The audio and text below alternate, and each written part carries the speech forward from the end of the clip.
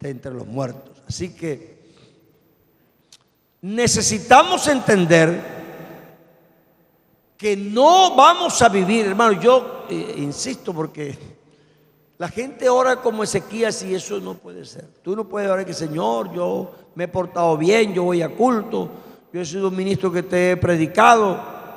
Eso a Dios no le sirve hoy día. Esas oraciones servían entonces porque la gente vivía por lo que hacía. Pero no importa lo que tú hayas hecho, hoy la gente no vive por lo que hace. Así que yo, pues, el Señor, sabe que usted ha servido 48 años. Yo he sido un hombre que gasté toda mi vida en esto, sí, que es que no tenía ninguna otra cosa en que gastarla que valiera la pena. Yo la gasté en lo más grande que hay,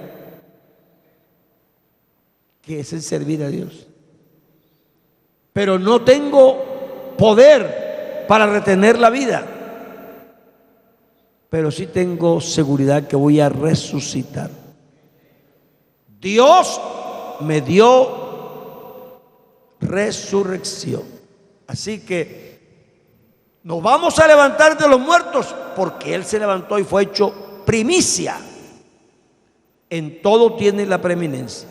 Así que la resurrección es uno de los mensajes bandera del cristianismo.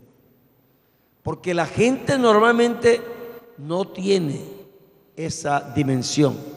La gente ve la tumba, por eso es que lloran tanto. Y por eso es que se desesperan. Y Pablo dice que ustedes no se desesperen como los que no tienen esperanza. Entonces, es increíble un cristiano gritando en un cementerio o en un entierro. Está bien que le duela, pero se debe consolar con estas palabras. ¿Cierto? El consuelo debe llegar en estas palabras. Que Él se levantará. Amén. Vamos a parar aquí. Yo veo que algunos se me acercan a hacerme preguntas, pero es que después es el almuerzo. Entonces, en vez de que me pregunten y me acorten el almuerzo, vamos a hacer las preguntas ahora. Amén. Así si ustedes tienen alguna pregunta, hágala.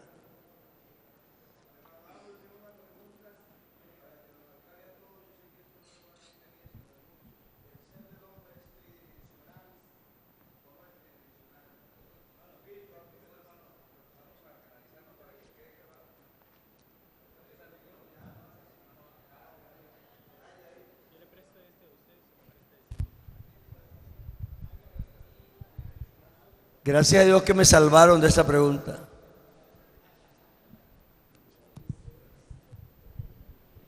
Es que este muchacho debe ser que usa mucho internet.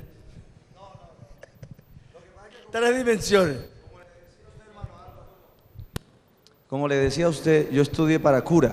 Ay, Dios mío. Entonces, dentro de las teologías, usted sabe como estudioso que es, que se mueven muchas filosofías.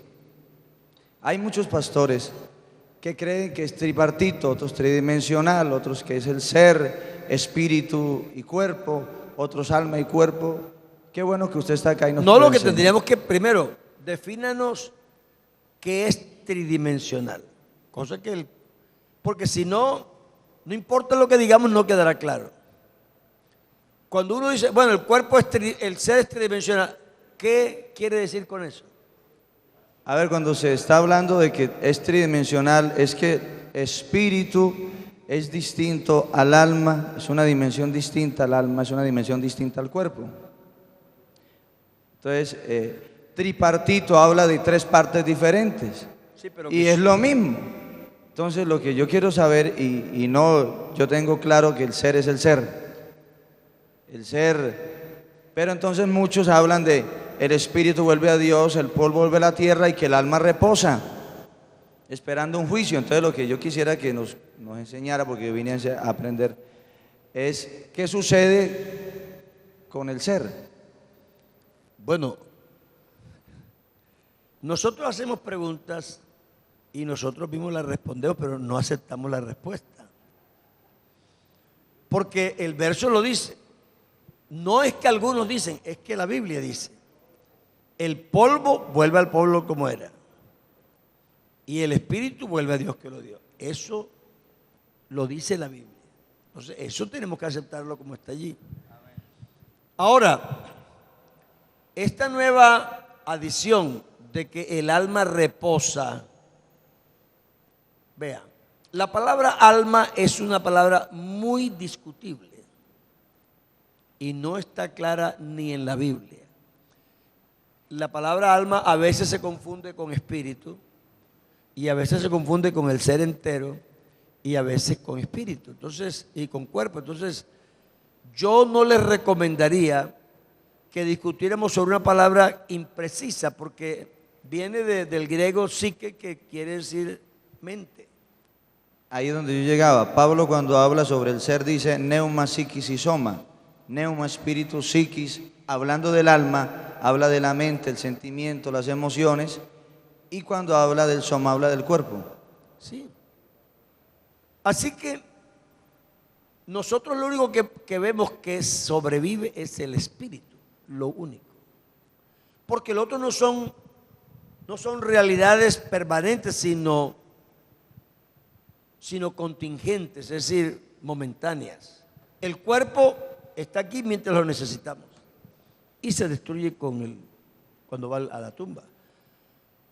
El alma, que es, como quien dice, el medio mecánico o material a través del cual yo elaboro los pensamientos y las cosas, no lo voy a necesitar cuando yo no tengo el cuerpo. Entonces, esas cosas no necesariamente sobreviven. Sobrevive el espíritu, es lo único que la Biblia dice que sobrevive. Lo demás no está ni en reposo ni nada, sencillamente es que la mente se forma cuando se une el cuerpo y el espíritu, porque se necesita el programa, como dice, para sacar al exterior lo que se siente o se piensa. En Génesis, eso es lo que se dice, cuando Dios sopló en el hombre llegó a ser un ser viviente o un alma viviente, como decía antes. Entonces la palabra psiquis se refiere a eso, a la parte sensorial, mental, que no necesariamente es un ser aparte, pero sí es real. Es decir, yo existo y pienso.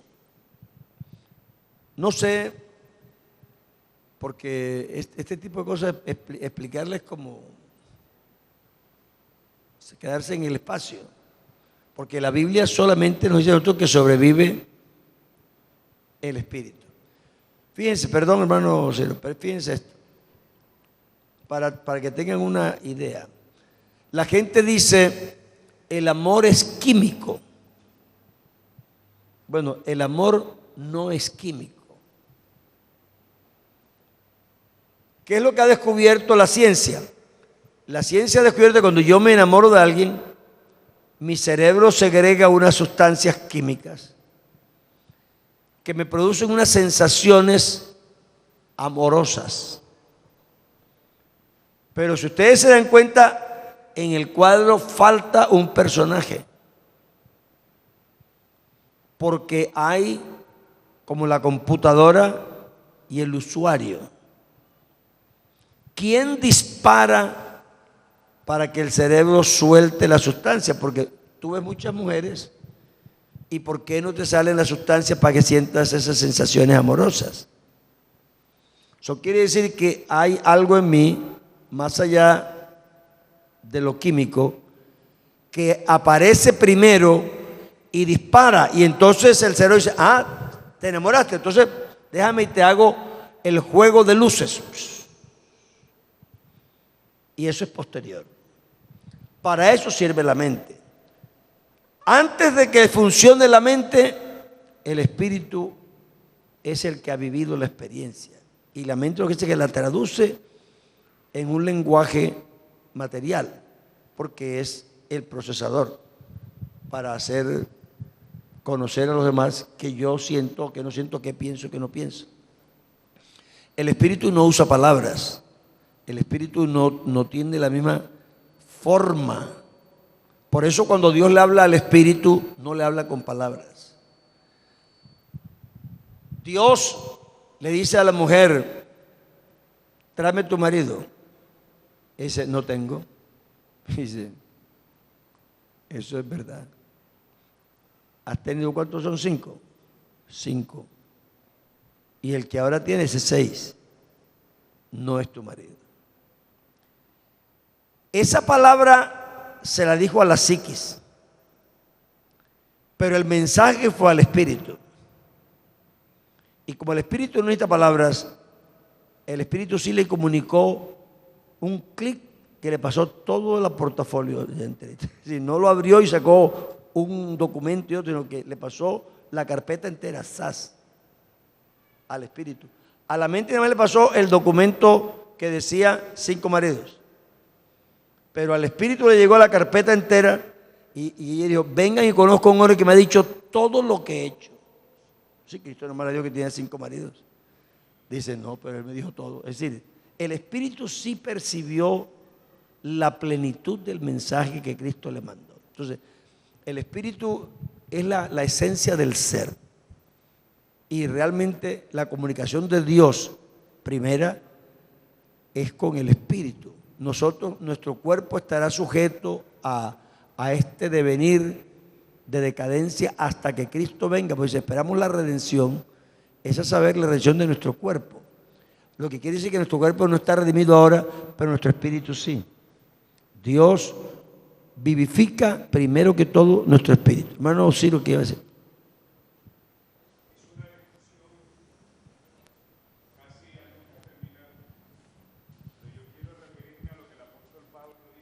Para mí,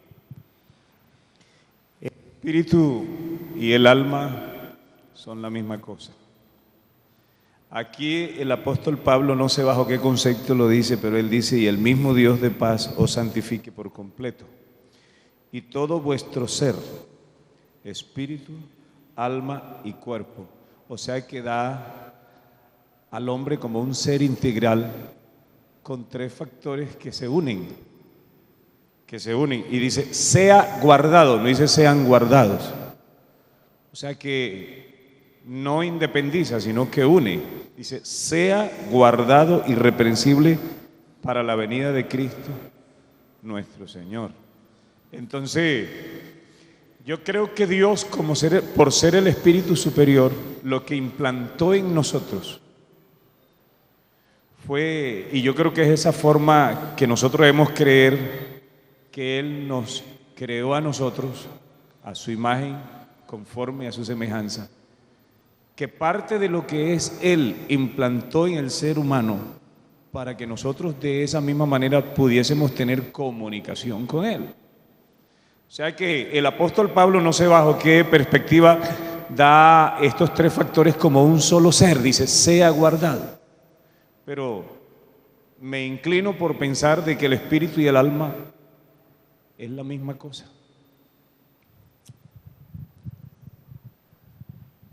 Vea, es que no se trata de que sean lo mismo o no. Es que en algunas escrituras, espíritu y alma significan lo mismo. Hay otras donde no. Pero no se trata de tener 3 personas. No son 3 seres, es un solo ser. Solo que lo uno no es lo otro. Es decir, el espíritu es como decir a una persona, cabeza, tronco y extremidades de su cuerpo. Pero nadie ha visto un tronco por ahí sin cabeza, andando sin extremidades.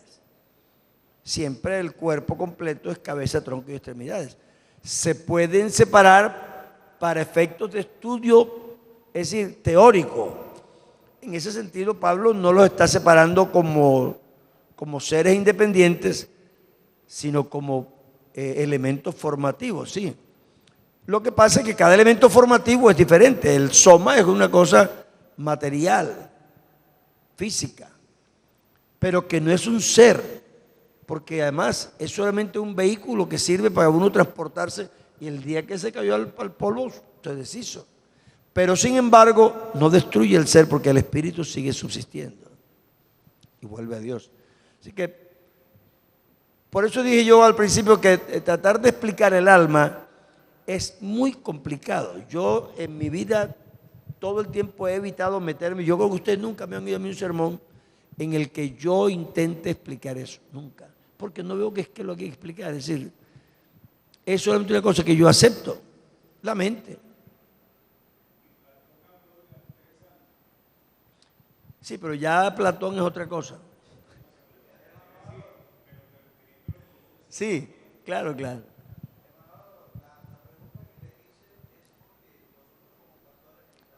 Claro, claro.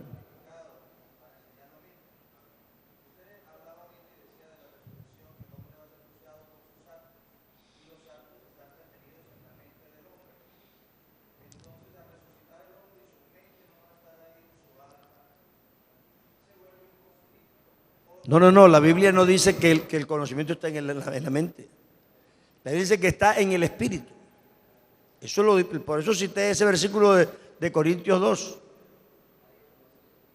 Nadie conoce lo que hay en el espíritu del hombre, sino el espíritu del hombre que está en él.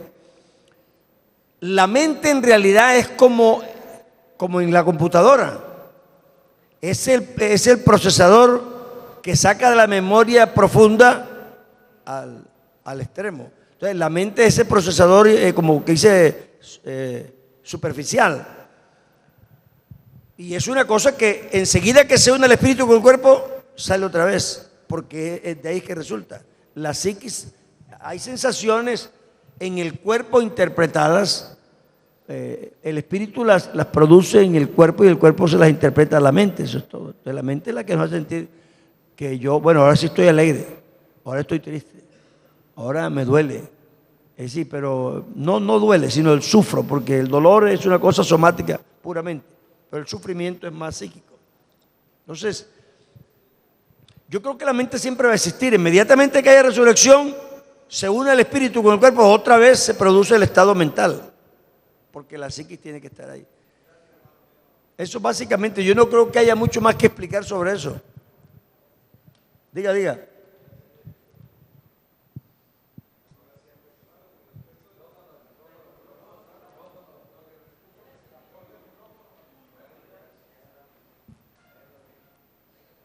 Un pequeño aporte ahí al respecto del tema.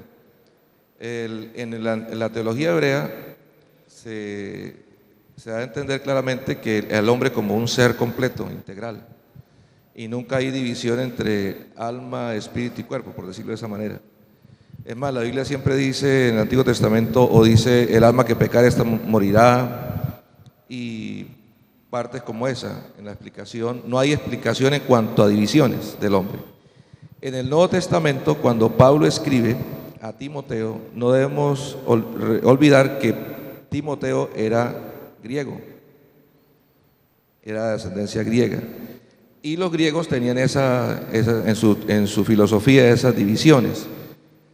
Parece ser, dentro del contexto cultural, que Pablo al escribirle a Timoteo lo que quiere decir es el ser, pero para que él lo pueda entender bien, por eso le escribe espíritu, alma y cuerpo. Pero realmente no era que Pablo estuviera estableciendo una teología tripartita del hombre o tridimensional del hombre, sino era para que Timoteo entendiera realmente la dimensión de lo que le estaba diciendo. Esa es la idea. Bueno, eso es una buena explicación, pero sí les voy a decir una cosa, porque nosotros tenemos un problema que tenemos que resolver, es porque uno estudia teología, uno se enfrenta con explicaciones culturales, pero yo no puedo aceptar que Cristo tenga una doctrina aprendida en las culturas que lo rodearon. Y él dice, no temáis al que puede matar el cuerpo y el alma no puede matar. Entonces, aunque la explicación de algunos libros teológicos nos quieran decir que esa es una visión griega, en realidad Cristo se dice que hay dos cosas y que son distintas. Entonces, comprendo la idea de que Pablo le haya dicho, eso que tú entiendes que es espiritual mi cuerpo es lo que hay que tener el sujeto a Dios, ok. Pero que sea una influencia griega,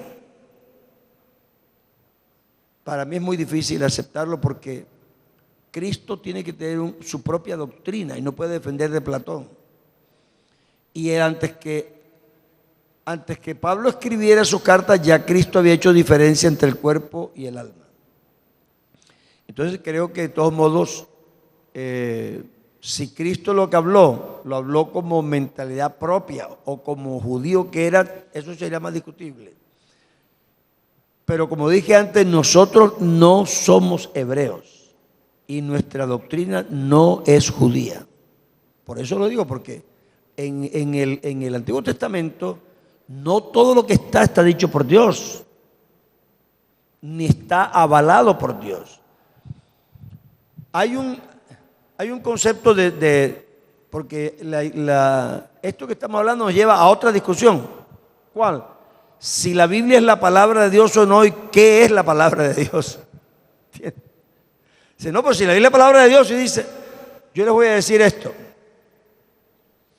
Tengo un libro que se llama 100 españoles y Dios, escrito por José María Gironella, un escritor español. Ese libro, él tuvo la idea, dice, voy a escribir un libro sobre 100 españoles y Dios. E hizo el plan de la obra. Entonces hizo un cuestionario de preguntas sobre Dios y se lo mandó a 100 españoles prominentes. Entonces la respuesta de ellos, él solamente la redactó, pero la respuesta es de cada persona. La puso en el libro, escribió la introducción y escribió el epílogo. Y el libro es de José María Gironella y se vende y él es el autor. Pero lo que está escrito de José María Gironella es solamente 2 partes. Todo lo demás lo escribieron los otros y los conceptos son de ellos, por los que él no responde. ¿Qué quiero decir con eso? Que José María Gironella es el autor, 1, porque concibió el libro, 2, porque hizo el plan de la obra, 3, porque decidió qué preguntas se le iban a hacer, 4, porque redactó la expresión. Pero él no se hace cargo de lo que dicen los personajes, porque él decidió qué iba a quedar, qué dicen los personajes. La Biblia es la palabra de Dios porque Dios concibió el libro, hizo el plan de la obra, decidió qué iba a quedar y qué no iba a quedar, pero Dios no es el que dijo todo lo que está ahí.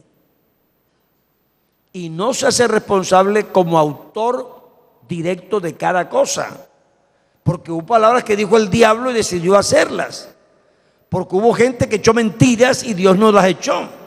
Pero yo digo, apúntame esa mentira y pónmela ahí. Entonces el autor del libro es la palabra de Dios. Es decir, lo que está ahí, Dios decidió que estuviera ahí. Pero lo que tú no puedes decir es que Dios dijo, ahora grande es mi culpa porque me matará todo el que me vea. Dios no le puso esas palabras a Caín en la boca. Él las dio, pero Dios dijo, lo dijo, apúntamelo. Quiero que eso quede ahí. Que quede en el acta. ¿Me comprende? Entonces, claro, sí hay una teología hebrea y sí hay una filosofía griega. Eso es indiscutible. ¿Cuánta influencia eso haya podido tener en los creyentes nuestros? Eso es discutible, pero tampoco se puede descartar 100% porque... Pero los conceptos doctrinales que están en la Biblia tienen que ser de Dios, porque si no, entonces tenemos doctrina platónica y eso no puede ser. O tenemos la doctrina de los rabinos y tampoco puede ser. Cristo mismo, como dije antes, hizo la diferencia. Él dijo, no le temáis a los que pueden matar el cuerpo, pero temed a los que pueden matar el cuerpo y el alma. En ese versículo creo que alma y espíritu están muy emparentados. ¿Entiende? Entonces, por eso es que la palabra alma sí, no me gusta discutirla mucho, porque realmente es difícil defenderla. Es solamente la mente, pero se ve que en el texto de Jesucristo la palabra alma tiene más trascendencia que solo el mecanismo del pensamiento o del sentimiento. porque se va para el infierno o se va para el cielo. Eso ya es diferente. Bueno, última pregunta o cierro aquí. Apúrense.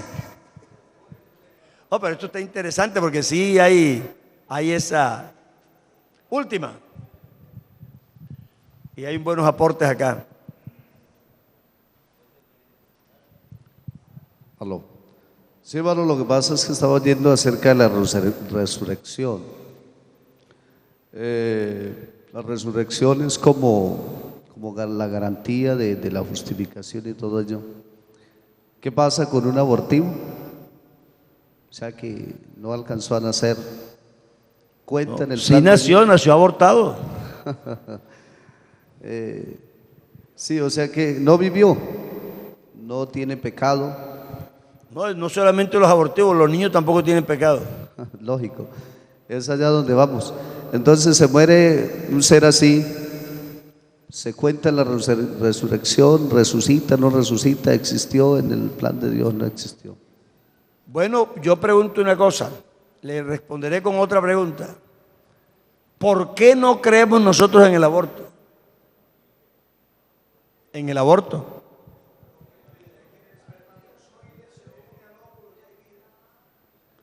Eso quiere decir que tiene existencia. Eso es la respuesta. Nosotros no creemos en el ser cuando sale del vientre. Creemos en el ser cuando se engendra en la mujer. Así que tiene vida ahí. De ahí en adelante cuenta. Por eso es que no creemos en el aborto. Porque no vamos a matar a una persona que ya existe.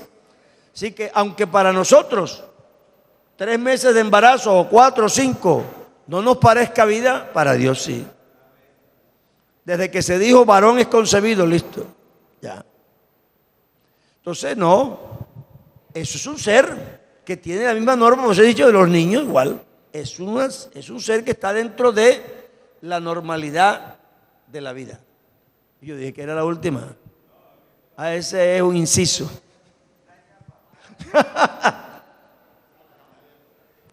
Dentro de la cristología de la redención, eso está muy claro hablando de la justicia de Dios y Cristo interponiéndose entre la justicia de Dios y el hombre. Pero el pecado, en este caso, el diablo, eso quedó así como un poquito más de claridad. Aprovechó la circunstancia del pecado del hombre para acorralarlo y encerrarlo en esa cárcel. No entiendo. Vamos A ver. ¿Cuál fue la ocasión que usó el diablo para encerrarnos?